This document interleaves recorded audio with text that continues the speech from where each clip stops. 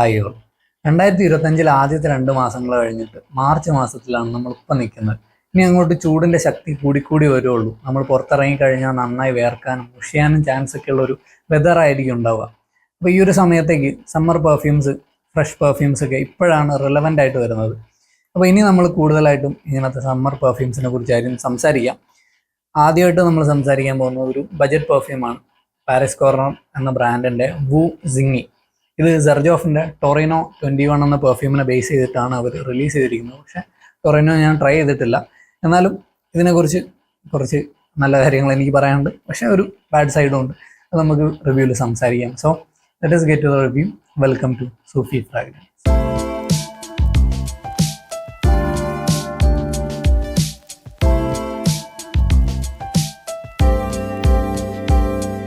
അയ്യോ, I am Sufiyan.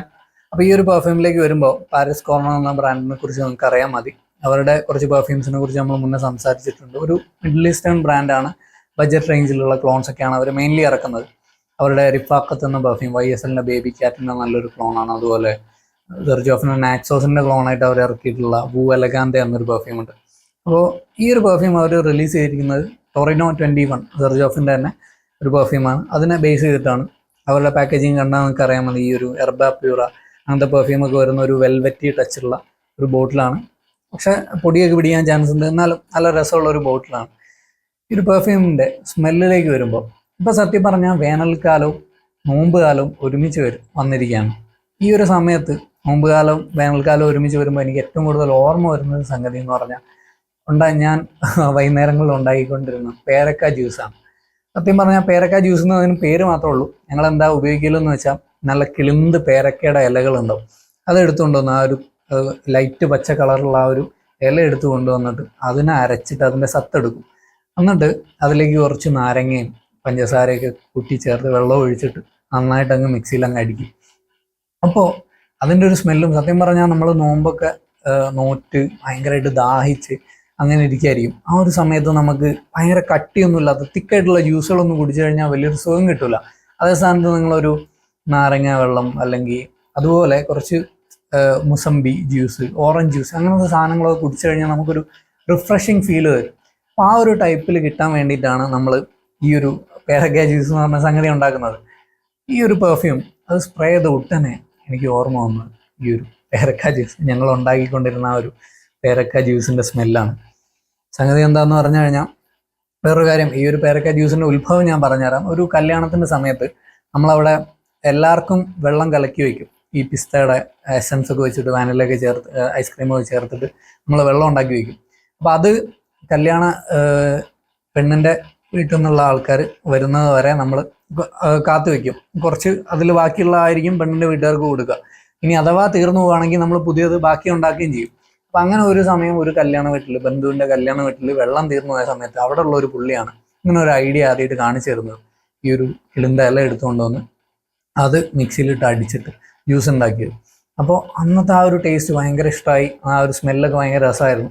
അപ്പോൾ അത് വിചാരിച്ച് പിന്നെയാണ് ഞാനിത് പയറ്റി നോക്കുന്നത്. അങ്ങനെ സക്സസ് ആയപ്പോൾ പിന്നെ എല്ലാ നോമ്പിനും ഈ ഒരു ജ്യൂസ് അടി തുടർന്നാണ് അനിയത്തിൻ്റെ കൂടെ കൂടിയിട്ട് നമ്മളെല്ലാ നോമ്പിനും ഉണ്ടാക്കി വയ്ക്കും.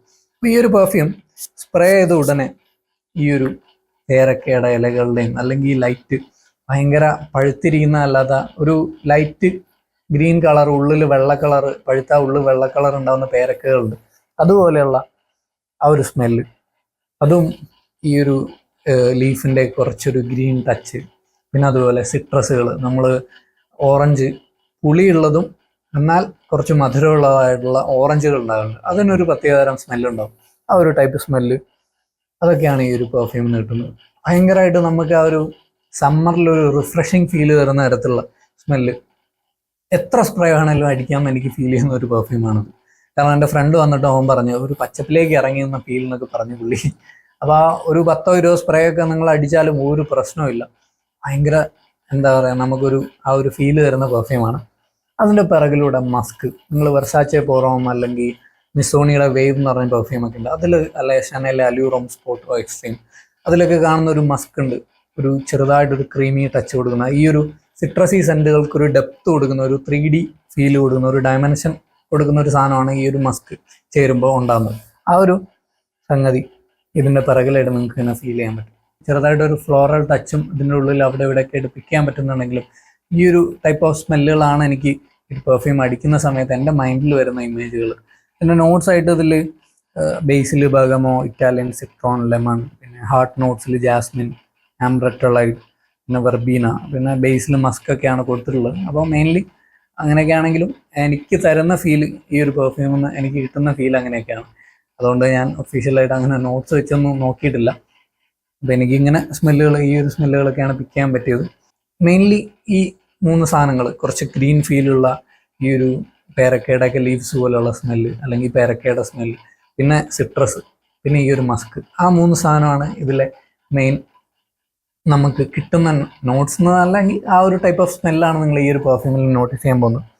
അപ്പോൾ സത്യം പറഞ്ഞാൽ നല്ല സമ്മറിൽ, നല്ല വെയിലത്ത്, പുറത്ത് വേർത്തൊക്കെ ഇരിക്കും നമുക്ക് അടിക്കാൻ പറ്റിയ ബെസ്റ്റ് ഒരു പെർഫ്യൂമായിട്ടാണ് ഞാൻ അതിനെ കണക്കാക്കുന്നത്. അങ്ങനെയാണെങ്കിൽ എന്ത് തന്നെയാലും എനിക്ക് ജെർജോഫിൻ്റെ ടൊറിനോ 21 ട്രൈ ചെയ്യണം എന്നൊരു ഫീല് തന്ന ഒരു പെർഫ്യൂം കൂടെയാണിത്. അപ്പോൾ എന്തായാലും നമ്മൾ സമ്മർ തീരുന്നതിന് മുന്നേ ടൊറിനോ 21 ട്രൈ ചെയ്തിരിക്കും. അത് നമുക്ക് ഇതുമായിട്ട് കമ്പയർ ചെയ്യുന്നതായാലും.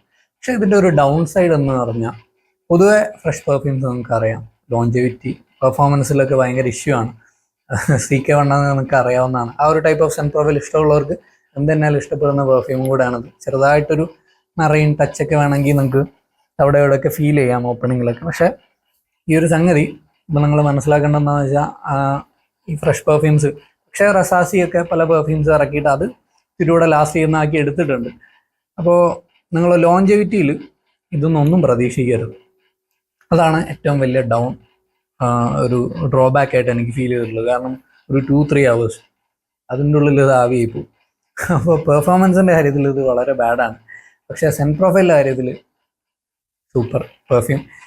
പിന്നെ ഞാൻ പറയുന്ന കേട്ടിട്ട് നിങ്ങൾ ഭയങ്കരമായിട്ടുള്ള പ്രതീക്ഷകൾ വെക്കരുത്. പക്ഷേ ഇങ്ങനത്തെ ആ ഒരു സെൻറ്റ് പ്രൊഫൈൽ നിങ്ങൾക്ക് മനസ്സിൽ കണക്കാക്കിയിട്ട് എന്താണോ ഫീൽ ചെയ്യുന്നത്, അങ്ങനത്തെ സ്മെല്ലുകൾ ഇഷ്ടമാണെങ്കിൽ ട്രൈ ചെയ്യാൻ പറ്റിയ നല്ലൊരു പെർഫ്യൂമാണ്.